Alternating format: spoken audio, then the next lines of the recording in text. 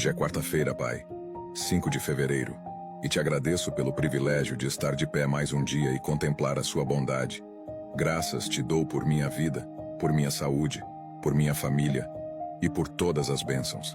E diante de ti, te entrego minha quarta, confiando que me guiará pelo melhor caminho. Hoje peço a sua paz, para que eu possa atuar com prudência e sempre buscar fazer o bem. Capacita-me para ser o melhor em tudo que fizer. Não permita que o cansaço e o desânimo tomem conta de mim. Minha motivação diária é saber que tu sempre estás comigo.